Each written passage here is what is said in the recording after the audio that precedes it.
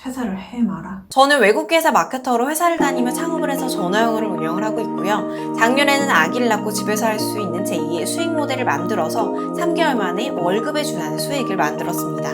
여기 정리된 내용이고요. 2월에는 51만원, 3월에는 95만원, 4월에는 252만원의 수익이 나네요. 안녕하세요, 브랜드 루시입니다. 제가 퇴사를 한 지 2달 반 정도가 지나가고 있어요. 사실 퇴사 준비는 오래전부터 했는데 막상 퇴사를 해야겠다라고 생각하니까 덜컥 겁이 나더라고요. 그래서 계속 고민을 하다가 드디어 퇴사를 했습니다. 그런데 제가 퇴사를 하면서 되게 많이 했던 고민이 있어요. 이거 지금 퇴사하는 게 맞는 건가? 아마 많은 분들이 같은 고민을 하실 텐데요. 그래서 오늘 제가 준비한 이야기는 퇴사하기 전에 나타나는 징조 3가지와 절대 퇴사하면 안 되는 징조 3가지에 대해서 이야기해보겠습니다. 퇴사하기 전에 나타나는 징조 3가지. 첫 번째, 몸이 아프다. 제가 육아휴직을 끝내고 회사에 복귀를 했어요. 그런데 한 달 동안 머리가 계속 아픈 거예요. 아마 이게 적응기라서 그런가 보다 라고 버텼는데 한 달이 지나도록 두통이 없어지지 않는 걸 보고 이거 이상한데? 라는 생각이 들었어요. 회사를 다니는 일이 어느 순간 저에게는 좀 정신적으로 스스로를 갉아먹는 일이 됐더라고요. 우리가 자는 시간 빼고 하루에 거의 절반가량 이상을 회사에서 보내게 되잖아요. 그런데 내가 이렇게 몸이 아플 정도로 괴로워하면서 회사를 다녀야 되나? 이런 생각이 들더라고요. 개인 사업을 할 때도 물론 스트레스를 받아요. 만약에 그 강도를 1부터 10까지라고 했을 때 가장 약한 게 1, 센 게 10이라고 봤을 때 개인 사업은 제가 느낄 때 주 7일 동안 강도 2 정도를 계속 느끼는 것 같고요. 회사 다닐 때 스트레스는 주 5일 동안 강도가 8 정도를 계속 느끼게 되는 것 같아요. 그런데 제가 느낄 때 회사 다닐 때의 스트레스랑 개인 사업할 때의 스트레스는 좀 종류가 다른 것 같아요. 개인 사업할 때 느끼는 스트레스는 생산적인 것에 기반한 스트레스 같아요. 어떤 콘텐츠를 더 만들어보지? 이 매출을 올리려면 어떤 방법을 쓸 수가 있지?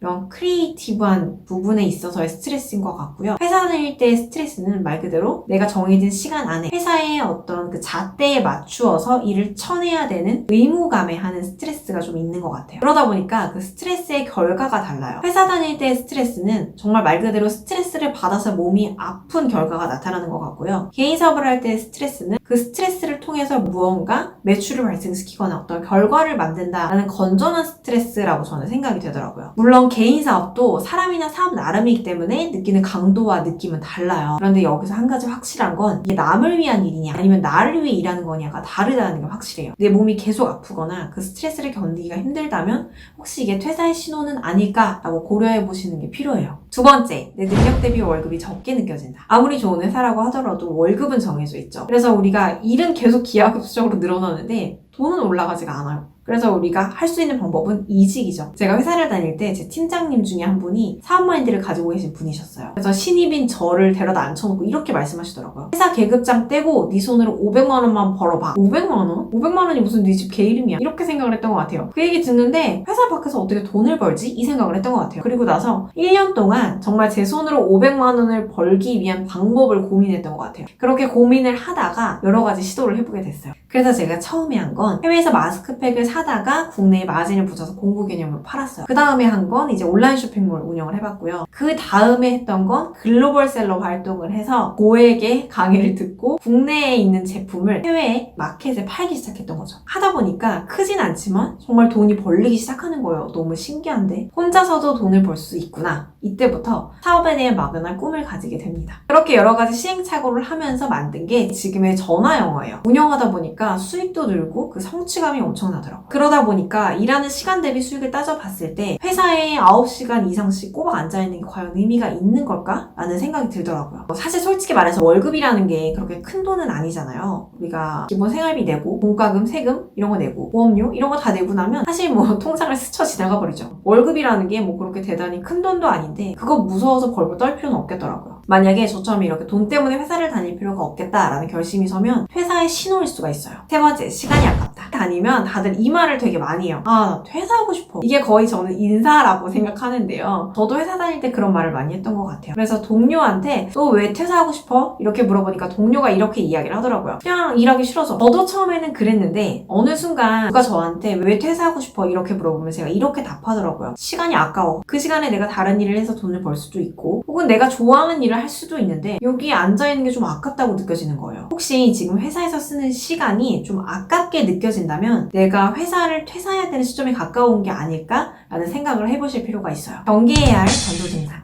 그런데 퇴사 신호로 보이지만 사실은 경계해야 할 전조 증상인 경우가 있어요. 첫 번째, 회사 가기 싫다. 회사 일이 너무 많아서, 사람이 싫어서, 내가 하고 있는 일이 좀 별거 아닌 것 같아서 정체되는 건 아닐까? 내가 회사만 다녀도 될까? 라는 불안감이 드는 경우가 있어요. 이건 사실 퇴사의 신호라고 보기보다는 직장인이라면 누구나 느끼는 아주 정상적인 상황이라고 볼 수가 있어요. 회사 가기 싫으니까 퇴사해야지. 이건 굉장히 리스크가 있어요. 두 번째, 내 사업하면 잘할 것 같다. 제가 독립을 준비하면서 사업하는 많은 분들을 알게 됐어요. 근데 이분들이 공통적으로 하시는 말씀이 있더라고요. 회사 일 잘하는 놈이 나가서도 잘한다. 왠지 내 사업을 하면 좀 멋있을 것 같고 내 마음대로 할 수 있을 것 같고 시간도 자유롭게 쓸 수 있을 것 같잖아요. 그런데 실제로 사업을 해보면 자리 잡기 전까지는 회사 다니기 전보다 더 많은 일을 해야 되고요. 더 많이 공부를 해야 돼서 힘들어요. 막연한 사업의 기대감을 가지고 시작하시는 거는 절대 추천드리지 않아요. 세 번째, 사람들이랑 일하기 싫다. 퇴사의 가장 큰 이유 중에 하나가 사람 때문인데요. 퇴사를 하고 사업을 하거나 자기 개인 일을 하더라도 사실 사람들과의 관계가 굉장히 중요해요. 당신은 사업가입니까? 라는 책에 이런 이야기가 있어요. 내가 회사를 다닐 때는 보스가 한 명이지만 내가 내 일을 할 때는 나의 모든 고객이 다 보스가 된다. 그 말은 정말 맞는 것 같아요. 프리랜서든 사업가든 사람과의 관계를 통해서 일이 진행돼요. 퇴사하고 제일 좋은 거는 자유예요. 제 시간을 마음대로 정말 쓸 수가 있어요. 그런데 이 시간 컨트롤을 잘 하지 않으면 정말 하루 종일 놀게 되는 일들이 생기더라고요. 제가 지금 놀아도 되지만 제가 이 논만큼에 대한 책임도 제가 반드시 다시 져야 돼요. 저의 루틴은 새벽 5시에 일어나서 4-5시간 정도 실무를 보고요. 그 다음에는 사업을 위한 공부를 3시간 정도 하고 있어요. 여러분, 퇴사하실 건가요? 아니면 아직은 때가 아니라고 생각하세요? 퇴사는요, 어차피 다 하게 돼 있어요. 그 시기의 문제일 뿐 누구나 다예요. 그래서 회사에 의해서 밀려나는 타의적 퇴사냐 아니면 내가 준비해서 나가는 자의적 퇴사냐 이게 훨씬 더 중요해요. 다음 영상에서는 제가 퇴사를 준비했던 방법과 경제적인 부분 포함해서 그리고 퇴사를 할 때 반드시 꼭 가지고 계셔야 될 게 있어요. 이거에 대해서 한번 이야기를 해보겠습니다. 2020년에 많은 분들이 사랑을 해주신 덕분에 제 유튜브가 6개월 만에 1000명을 달성을 하고 지금은 2000명을 돌파했습니다. 정말 감사드립니다. 2021년에도 좀 더 양질의 영상으로 여러분들이 좀 더 원하는 삶을 살 수 있도록 많이 도움을 드릴 수 있도록 하겠습니다. 고맙습니다. 새해 복 많이 받으세요.